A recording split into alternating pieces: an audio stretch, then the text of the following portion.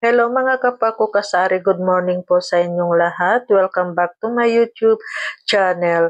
And for today's vlog, ako ay magbo-voice over muna sa inyo. Tuloy ako ay mag-a-actual bintahan sa inyo mga kapako kasari. Bali nag-start ako ng 7:35 at siguro naman ako ay mag-i-end ng 8:45 nga ganon mga kapako kasari. So, and for today's vlog, my first customer na ako dito sa aking mini hardware. Ayan. So, thank you Lord kasi wala akong kasama ngayon. Wala si Mister. Inutusan kong mag-withdraw ng pang-cash out namin mga kapako kasari kasi kami ay naubusan. So, hindi tayo dapat sana nagpapawala pero talagang ang daling maubos ngayon yung cash out mga kapako kasari. So ngayon talagang ako ay busy ngayong araw kasi nga wala akong kasama, kailangan kong dublihin ang aking mga galaw. So itong mga oras na to, ayan tapos na rin akong maligo kasi alam ko nga may pupuntahan si Mister. Kaya maaga akong naligo tuwing umaga ganito ang aking ginagawa. Ako ay umiinom ng Glow Babe na itong Glow Babe na food supplement. Ayan. Tapos sinasabayan ko siya ng Shipu Apple Juice. Pinagsasabay ko ito mga kapako kasari tuwing umaga kung itong ginagawa kasi napansin ko na dito ako hiyang itong dalawang ito. So, kailangan din nating uminom ng mga food supplements, mga kapako kasari, para medyo gumanda-ganda naman ang ating mga kutis. Ayan, kahit tayo ay tendera lang. So, dapat lang na alagaan din natin ang ating mga sarili. So, ngayon dahil wala pang masyadong bumibili or wala pang nabili, kumain din ako nitong pinag-order ni Mister sa Shopee na itong chia seeds. So talagang nasasarapan ako dito sa biskwit na to mga kapako kasari kasi nga hindi siya maalat. Talagang masarap naman siya. So habang wala pang bumibili, ako ay magkukwento muna sa inyo kung ano itong mga kaganapan dito sa aking tindahan. Tuloy magyayaw-yaw na rin ako sa inyo mga kapwa kasari about dito naman sa ating tindahan kung ano yung mga advantage at saka disadvantage. So, dahil may nag-chat, ayan, nag-send siya ng GCash, kaya dapat nating replyan kaagad kasi dito naman tayo kumikita dito sa GCash. Kaya kapag ganyan na may nag-chat na nag-send na sila ng money, dapat replyan din natin kaagad ng thumbs up, ganyan. So, dito muna ako sa advantage mga kapako kasari kasi napansin ko talaga dito sa aking tindahan or bilang isang sari-sari store owner, ang advantage talaga is yung na ipo-provide niya yung mga daily needs namin, like yung mga bigas. Hindi ako namumroblema sa bigas dahil may paninda na nga akong bigas, mga ricados, mga pagkain, mga ganun ba mga kapako kasari. Kumbaga, hindi ko ramdam yung hirap dahil mayroon nga itong tindahan. So, hindi na ako namumroblema kung sakaling wala sana akong tindahan, hindi na ako namumroblema kung saan ba ako kukuha ng pabili ko ng bigas, yung mga ganong bagay ba mga kapako kasari. So yun talaga yung first na advantage na napansin ko bilang isang sari-sari store owner. At pangalawa is aminin natin na lagi tayong may hawak na pera. Kumbaga, kahit pera ito ng tindahan, hindi mo ramdam, tulad nga ng sabi ko, parang hindi mo nararamdaman or hindi mo ramdam yung hirap kasi nga araw-araw kang na may hawak na pera na pinagbibintahan mo mga kapako kasari, di ba? So, kumbaga, hindi mo ramdam yung hirap, ganyan, kung hindi ka natatakot or hindi ka nag-aalangan kung saan ka ba kukuha, ganyan. Yung mga bagay na ganun ba mga kapako kasari. So, aminin natin, hayam, tayo ay nakakahawak din ng medyo malaki-laki ding pera, pero kahit ito ay pera ng tindahan. So, sa mga oras na ito, ako ay nagmamadali na kasi hindi pa pala ako nakapag-display ng aming panindang gas. So, ayan, pabalik-balik ako mga kapako kasari kasi napansin ko na wala palang naka-display na gas. So, kailangan talaga na mayroong naka-display para sa ganon makita nito mga kapako kasari na may paninda kaming gas. Ayan. So, pangatlo na advantage dito sa tindahan is yung hindi ka naboboring dahil nag-enjoy ka sa pagtitinda, ganyan, nag-enjoy ka na nakakahawak ng pera, ganyan. So, talagang ito talaga yung advantage ng may sari-sari store. Araw-araw ka may nahahawakan or napagbibintahan mga kapako kasari. So, ayan, tuloy-tuloy lang tayo sa paglilinis. Tulad nga ng sabi ko, dito tayo nag-i-enjoy sa pagtitindahan. So, samahan na rin natin ng sipag at tiyaga mga kapako kasari. So, pang-apat na advantage is yung naiiwas ka sa chismis. Ayan.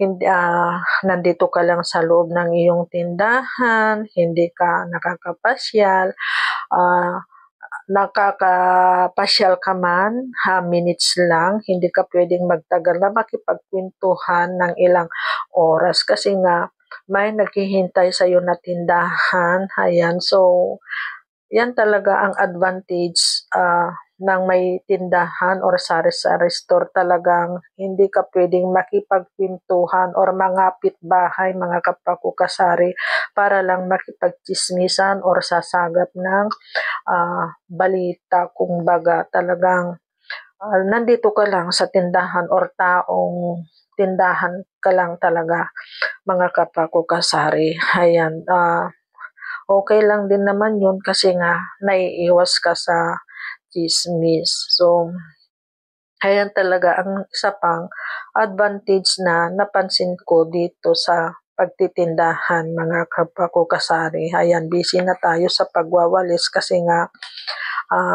itong oras na to is hindi pa talaga ako nakapagwalis. Inuna ko munang magyaw-yaw sa inyo. Magandang magyaw-yaw kasi nga walang masyadong nabili pa. Ayan, tayo ay mag-actual bintahan ngayong araw ng Friday. So, ayan, syempre bilang isang tindera, pasaglit-saglit din nating hinahawakan ang ating mga cellphone kung may nag-message ba, ganyan. So, ganyan lang talaga ang buhay ng isang tindera. So, dito naman tayo ngayon mga kapako kasari sa disadvantage.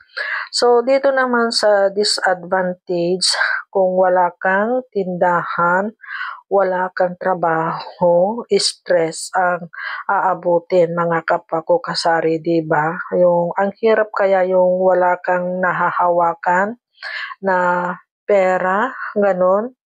So,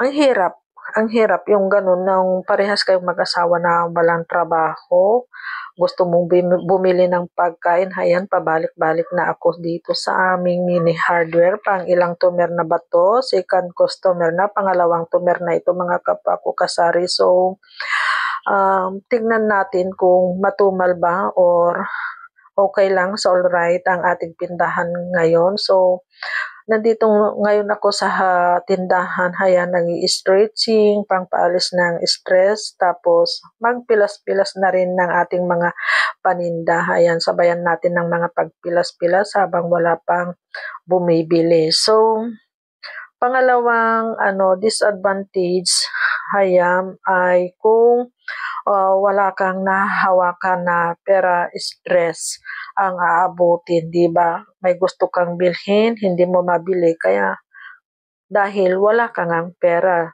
Di ba mga kapako kasari, ang hirap yung may gusto kang bilhin, hindi mo mabili kasi wala ka ngang pera, wala kang trabaho, parehas kayong mag-asawa na walang trabaho. Ang hirap ng gano'n, 'di ba mga kapako kasari. So, pang-apat is yung naiinggit ka, aminin natin, 'di ba, yung mga nakikita natin na gumagala or nag-a-outing, ayan, naiinggit din tayo, buti pa sila nakakalabas, samantalang tayo, gustuhin man natin, hindi pwede kasi nga nanghihinayang tayong magsara ng tindahan. So, lalo na kapag alam mo naman yung napagbibintahan mo isang araw is medyo malaki-laki, nakakapanghinayang talagang magsara. So, ah, gustuhin mo mang lumabas, ayan, kahit may pera ka, pero ang iniisip mo yung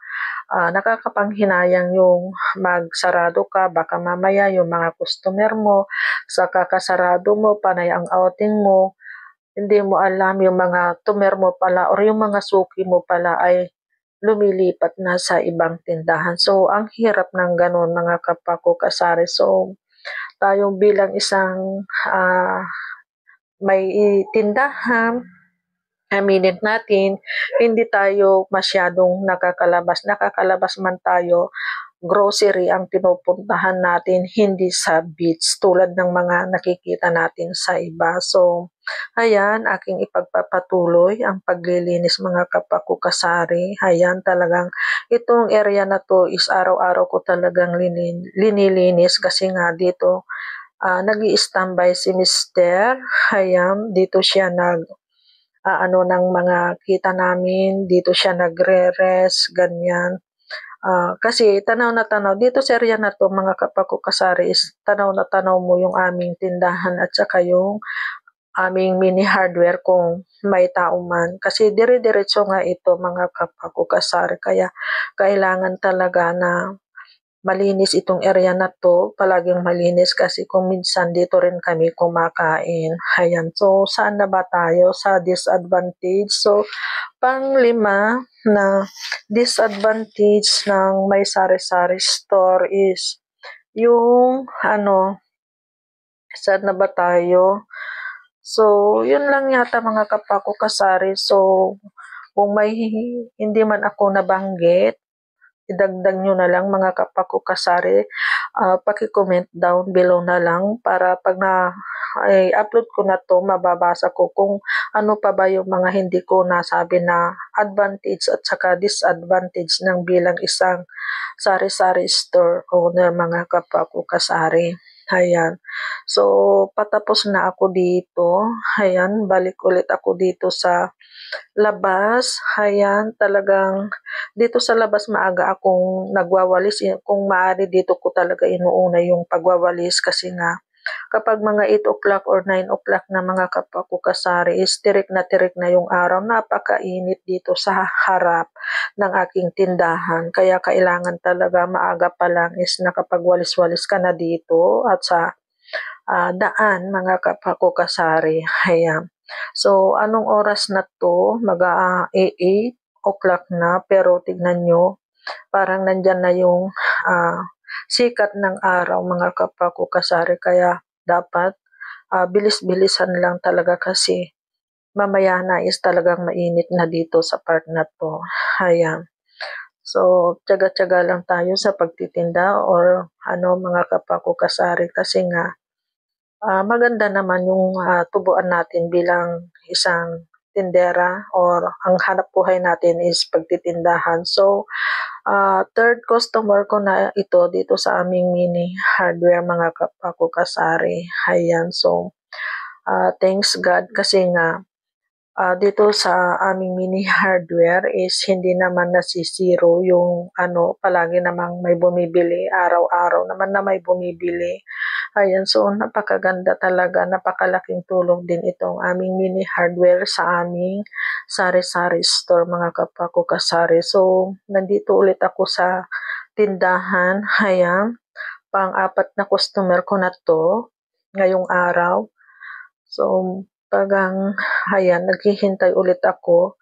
Tuloy nakipagmaritisan kasi may bumili. Ayan, at nakikipagmaritisan siya sa akin. So, pang-limang customer ko na itong mga kapwa ko kasari dito sa tindahan. Ayan yung babae, ang tagal niyang mamili ng tsinilas, bukas dito, bukas doon ang ginawa niya. Kahit maglagay ka na lang ng signage na bawal magbukas, pero talagang may ibang customer talaga na matitigas din ang ulo. Ayan, kaya parte na rin siguro yan sa aking pagtitinda mga kapwa ko yung ganyan na business, yung tsinelas talagang hindi maiiwasan yung bukas dito, bukas doon, kung saan-saan na lang nila nilalagay. Ayan. So, pang ilang tumer ko na ba ito mga kapwa ko kasari? Ayan.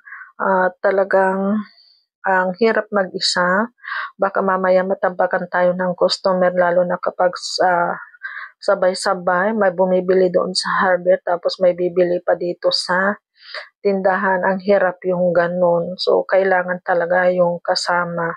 Wala pa naman si Mister pero ang alam ko paparating na rin yun kasi maaga siyang umalis. So, pang ilang tumer ko na ito mga kapwa ko kasari. Hayan, pang 7 customer ko na to. Sana madagdagan pa sila. Ayan, so tignan natin kung madadagdagan pa itong mga bibili ngayon kahit ramdam ko rin yung tumal mga kapwa ko kasari kahit anihan na dito sa amin pero hindi pa naman yung talagang anihan, kumbaga nagsisimula pa lang. Bali pang walong customer ko na to is ramdam ko pa rin yung tumal mga kapwa ko kasari. So siguro kapag nasa kalagitnaan na ng anihan, diyan talaga mabenta ang mga soft drinks. Ayan, talagang mabenta naman ang aking tindahan kapag ganitong anihan dito sa amin. Kahit hindi naman anihan, may araw din talaga na malakas, nakakakuta pa rin ako kahit papaano mga kapwa ko kasari. Ayan, so may paparating ulit. Ano kaya ang bibilhin dito? Tignan natin. So, kung ano yung hinahanap niya. So, ang binili pala niya is bulb. So, ipinatesting niya mga kapwa ko kasari. Ito ay pang siyam na customer ko na. So, ganito naman talaga ang ginagawa namin kapag bulb. Ang pinag-uusapan talagang ito ay itinitesting namin kasi ang hirap yung makaligtaan mong itesting tapos ibabalik nila yung item, sasabihin na sira kasi nga hindi na itesting. So, para sure na hindi maibalik yung items, lalo na itong bulb, kailangan talagang ma-itesting mga kapwa ko kasari. Ayan, ganyan ang ginagawa namin. Talagang itinitesting namin yung items. So, ayan, bago siya umalis, kailangan nating bilangin ulit yung panukli. Nandito na ulit ako sa hardware kasi nga may customer na ulit ako dito. So, pang ilang tumer na ba to? Ayan, dito sa hardware. So, ang hirap, nakakapagod din kung minsan pero bawal tayong mapagod. Ayan, bawal nating sabihin na tayo ay pagod na kasi lalo na sa amin, ito lang talaga yung pinagkukunan namin ng pang-araw-araw naming kailangan or gastusin mga kapwa ko kasari. So, ito ay pang 10 tumer na, kaya kailangan ko talagang magsipag, tiyaga, ganyan. So, ayan. Okay naman ang bintahan mga kapwa ko kasari at sana ay madagdagan pa to. Ayan, kahit matumal pa rin ngayon ay may mga bumibili pa rin. So, ayan, balik ulit ako dito sa hardware. Talagang yung paa ko dyan is medyo na, sa kalalakad kasi lakad dito, balik doon, balik dito ang aking ginagawa. Ang hirap talaga yung walang kasama mga kapwa ko kasari. Kung mapansin nyo, ayan, medyo malayo din yung aking linalakaran pabalik dito sa tindahan mga kapwa ko kasari. Ayan, lalo na kapag sabay-sabay may bibili dito sa hardware, may bibili dito sa tindahan. Nakakapagod din yung pabalik-balik pero okay lang, nag-i-enjoy naman ako dito sa ganitong sitwasyon. Basta ang importante is may bumibili sa amin. So pang 11 tumer ko na pala to. Pang 12 itong batang makulit na pabalik-balik, pa isa-isang candy yung binibili. Napakabilis sa akin yung kending wax. Hindi mga kapwa ko kasari, nakakailang box ako doon. Yung ilang box yung kinuha ko nung isang araw is 5 box. 2 days pa lang naubos na. Kagaya ngayon, ubos na itong aking wax candy. Mga batang pabalik-balik lang. Kahit papano is may tubo naman tayo doon na 30 pesos.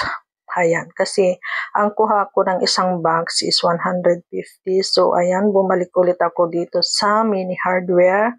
Pang 14 customer ko na ito, mga kapwa ko kasari. Ayan, so balik ulit ako dito sa tindahan kasi nga may paparating ulit na bumibili dito. So, ayan siya. So, ano bang binili nito? Pang 15 customer ko na to, mga kapwa ko kasari. Ayan, binabaryahan ko na yung pera niya. Kailangan bilangin natin maigi yung panukli natin or yung isinusukli natin. Kasi ang hirap kapag tayo ay nagkamali sa pagbabarya, mga kapwa ko kasari. Kaya doble ingat lang tayo sa panunukli. Ayan. So, ayan, naghihintay ulit ng tumer. Ayan, bumalik ulit ako dito sa hardware kasi may bumili na naman ulit. So, pang ilang tumer ko na ito dito sa hardware. Ito ay pang 17 ko na, mga kapwa ko kasari. So, itong lalaking to, dito naman siya sa sari-sari store. So, ewan ko kung ano itong binili niya ngayon. Ayan, wala pa si Mister. Anong oras na? Pero ang alam ko, malapit na yon. Pauwi na yon, mga kapwa ko kasari. So, sana hindi pa masyadong maging busy para hindi tayo,